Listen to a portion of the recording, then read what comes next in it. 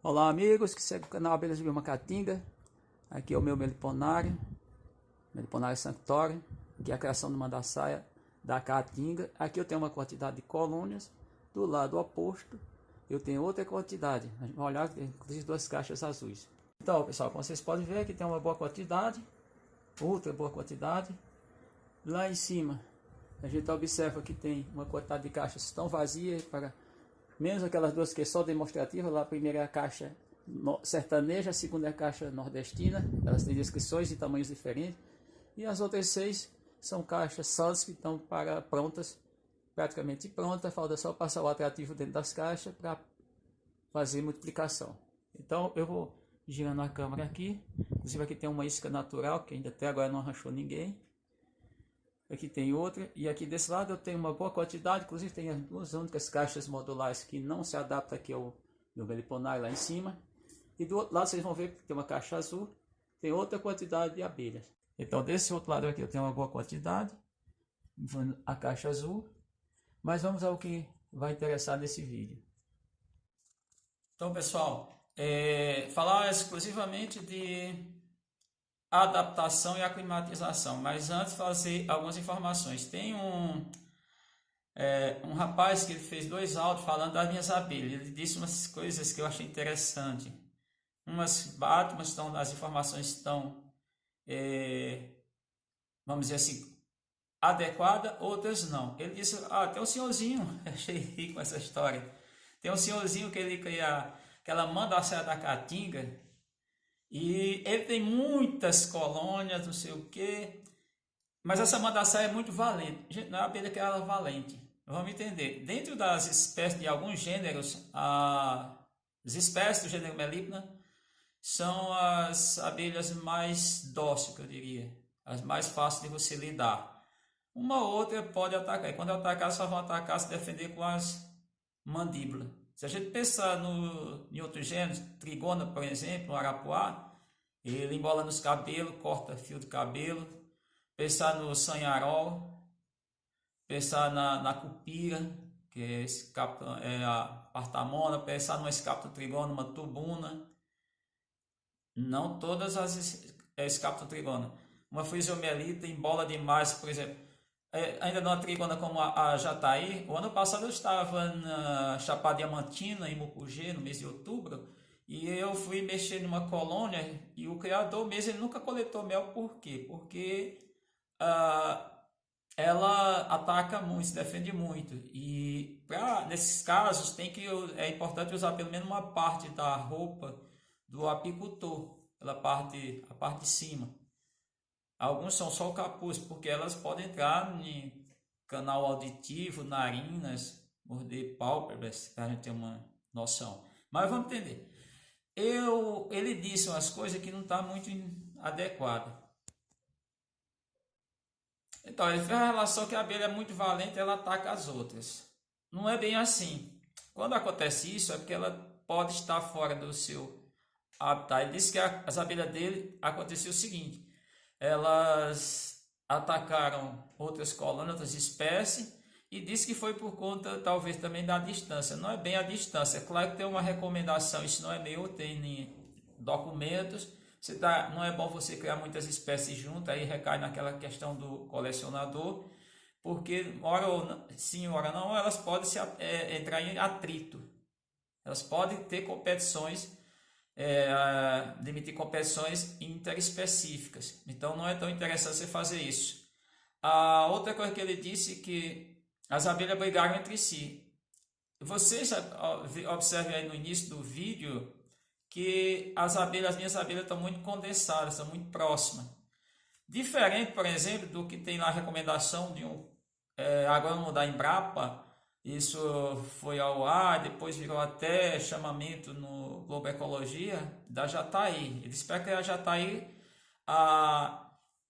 a distância de caixas tem que ficar 4 metros. Imagina a quantidade que eu tenho de mandaçaia aqui, eu tinha que ter um espaço no mínimo de 400 metros para poder ter essa quantidade. Eu tenho ali menos de 23 metros cúbicos de área, de espaço físico, não área. A área é só as 2 dimensões. A gente pensa metro cúbico, 3 dimensões essa medida. Mas Vamos entender algumas coisas.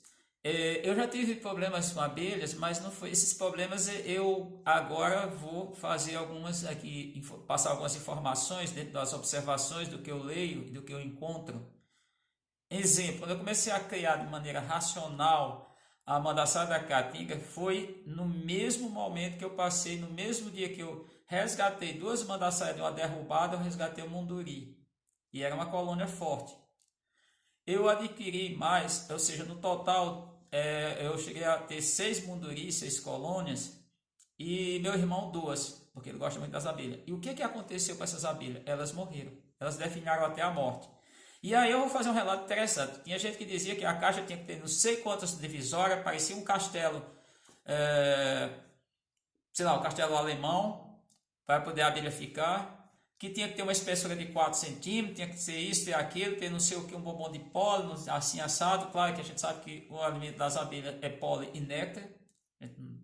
Todo mundo que está criando tem que saber isso, que isso é importante, que entra inclusive na composição da geleia real. E também faz parte o mel das abelhas adultas operárias. A rainha só consome geleia real e as larvas das nossas abelhas, mas isso não batia. E eu perdi sumariamente, inclusive essas colônias, algumas caixas foram ocupadas pela mandaçaia. Se não me engano, 3 ou 4 foram ocupadas das 6 que eu perdi. Eu vinha perdendo. Até que em 2015, aí eu vou citar aqui, é o Carlos, Antônio Carlos, do Morelândia, ele disse: você já observou que os munduris estão mais no tronco das árvores? Muitas vezes nas raízes? Eu digo já. Ele estava com a caixa de munduri, ele disse: a minha está no chão. O que eu fiz? Naquele momento eu trouxe uma caixa de munduri aqui para Petrolina e coloquei no chão. A abelha foi resistindo. Mas eu não acreditava em tese. Aí, em janeiro de 2017, um resgate de um munduri que estava praticamente no fim. Até o Antônio Carlos de prova disse que estava comigo. E ele não acreditava que ela fosse resistir. Pegamos 20, eu fiz questão de contar 20 adultas, mais a rainha, 21 adultas. 2 discos de crias, um tamanho de uma moeda de real, não era o tamanho de uma moeda de 10 centavos. 4 potes de alimentos, onde ela já estava consumindo. Eu trouxe para Petrolina. É até engraçado que eu tirava mel da mandaçaia e minha esposa dizia que eu estava descobrindo um santo para cobrir outro. Mas eu sabia o que eu estava fazendo. Essa abelha sobreviveu. E eu já tenho 23 colônias novas dessas 2 colônias apenas. Então o que eu quero dizer com isso? Às vezes os fatores pode não ser, você não está utilizando, não está vendo. A outra questão é a abelha estar fora do seu local de ocorrência. Por quê? Porque nós só temos uma abelha no mundo aclimatizada, pelo menos a abelha social, que é tratada no Brasil de Apis mellifera, que foi uma mistura de 6 subespécies que o doutor Kerr, no meado do século passado, para ser mais preciso, em 1956, do século 20. Essa abelha é uma abelha bem resistente, mas não é também tão resistente como o pessoal fala. Então, vou pegar mais 2 relatos para a gente entender, e falando ao rapaz que não foi o que ele observou. É porque estava criando a abelha certamente fora do seu local de ocorrência. Um exemplo disso é as jandaíras que eu perdi. Não é porque a jandaíra não era colônia tão forte. E por que mas você está criando perto? Os colecionadores têm muito de abelha misturada, tudo junto e misturado. Então, pelo menos a distância da jandaíra para a mandaçaia estava de 8 metros. Tem uma casa entre as 2 criações. A do munduri está menos. A do munduri está a cerca de 6 metros. E o munduri nunca teve ataque da mandaçaia nem vice-versa. Tem aqui para quem quiser ver. Então o fator não foi esse. E por que as mandaçaias ocuparam? Não é porque elas sejam tão valentes. É porque elas estavam fortes no período de reprodução. E aí a jandaíra definhou por algum fator que eu não identifiquei, sou sincero. E quando eu identifico o canal, eu faço essa passagem para os criadores, porque esse é o objetivo do canal, não é fazer arrodeio, não é enganar ninguém, não pode fazer isso. Somente uma coisa que é livre, ninguém é obrigado a fazer vídeo e mostrar para as pessoas de maneira enganosa, mentirosa. Então foi outro fator. Vou pegar outro exemplo. O pessoal disse que a abelha africanizada é o terror, a abelha resiste a tudo, consome refrigerante, açúcar, pão nas padarias, panificadoras. Sim, a isso até procede, mas não é tanto assim. Vou pegar um relato que aconteceu comigo.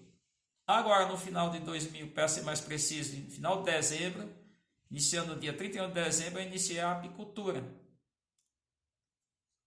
Eu estou em carro, comprei uma quantidade de caixa, para cada um ficou 75, 105 caixas, até inadequada, de canela, mas sem tamanho adequado, tem que refazer.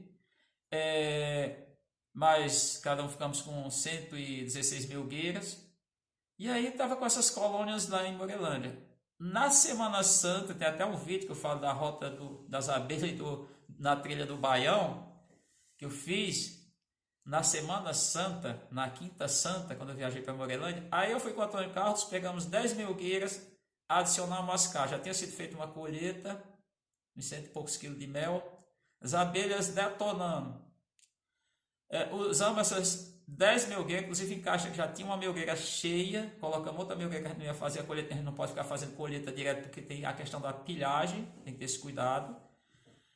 Aí o Antônio Carlos disse, olha, dá para a gente colocar mais, precisava mais de umas 10 a 15 melgueiras. O que aconteceu? Naquele período pós-Semana Santa, para de chover, mato estava com muita flor, água perto de um açude, as abelhas, para de chover, vem o mês de maio, sol e frio, as abelhas, aí a gente pensa, a gente tem que entender, consumo de energia elevado, mel, essa energia vem do mel, aí a caixa já tem uma melgueira, ela consumiu esse alimento, a segunda melgueira aumentou o espaço para ela fazer o conforto térmico. Aí o que aconteceu? Eu perdi 25 colônias de africanizada, de poucos dias. Vamos pensar do mês de maio até agora, ao final de junho, início de julho, perdi 25 colônias.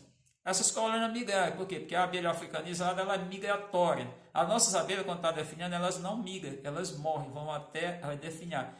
Então, dentro desses 3 relatos que eu estou dando para vocês, fica entendido, e aí para o rapaz que fez o vídeo, não é que a mandaçaia seja uma abelha mais forte. Tem até um caso do criador do Rio de Janeiro, que ele está com a tiúba, e ele viu essa tiúba esse ano, pegando de uma flor, de uma planta de lá, muito pólen. Ela arrecadou muito pólen, levou para dentro da colônia. Era bom que ele tivesse feito um vídeo. E depois ela estava jogando para fora. O que é que ele fez? Ele pegou o pólen para alimentar a MQA, melipona quadrifaciata antidióide. Por quê? A MQA é adaptada e as nossas abelhas são adaptadas. E o que para a gente fechar o vídeo? Adaptação é da natureza. Eu vejo toda hora o pessoal dizendo, está dentro do conceito geral, não está adequado. Não é que está proibido de falar, mas não é a realidade. Adaptação, o organismo se adaptou por fatores ambientais, por uma série de coisas, mudança, processo de evolução. Não vou entrar em evolução, que é um tema bem complexo. A maioria das pessoas não entende. Eu tenho uma dificuldade enorme de ensinar a evolução no 7º ano para meus alunos do ensino fundamental, bem como no 2º ano do ensino médio. É extremamente complexo. Ensino médio já ensina dentro um pouco lá da taxonomia, classificação biológica das espécies, mas quando chega no 3º ano tem um capítulo, uma parte inteira que é só a parte de evolução, que aí fala das teorias evolucionistas, da lei de Lamarck, que é descartada, refutada, as 2 leis, e da teoria de Darwin e o neodarwinismo. Então, e aí envolvendo biotecnologia, avanços dos estudos em biologia, principalmente genética. Mas o que eu quero dizer com isso? O que é a climatização? É quando você pega um organismo e introduz em outro ecossistema, fora do seu ecossistema de ocorrência, onde ele é encontrado, ecossistema natural. E aí você vai aclimatizar e ele fica aclimatado. O caso da africanizada, ela está aclimatada aqui na Europa, ou no Brasil. Foi espécies europeias, junto com uma espécie africana, e aí misturada, deu esse novo bicho e está aí. Mas ela também não é tão forte. Pelo relato que eu mostro para vocês, que eu falo para vocês, vocês têm que entender, vocês que é abelha, cada um faz o que pensar, o que achar melhor. Mas eu tenho a obrigação de dizer isso para vocês. aposte nas espécies do seu local. Veja, converse com pessoas. Essa espécie já ocorreu aqui. Você pode até criar, tem caso relato. Isso é criando fora do seu local de ocorrência, mas não é legal. Você pode reproduzir, mas você não tem produção. Tenho vários exemplos disso. Então, espero que tenha atendido as pessoas, principalmente o rapaz lá que estava preocupado, não entendeu direito porque que a Amanda sai da catinha, porque que eu tenho tanta, ele com 3 não conseguiu levar para frente, até que ele vendeu, parece, uma morreu, ou 2 morreram, mas o fato é isso, está dentro desse processo, dentro dessas condições, dessa explanação que eu fiz para vocês. Então, espero que tenha atendido, agradeço a todos que estão inscritos, divulgue, acione o sino para receber outras notificações, compartilhe o vídeo e até o próximo vídeo.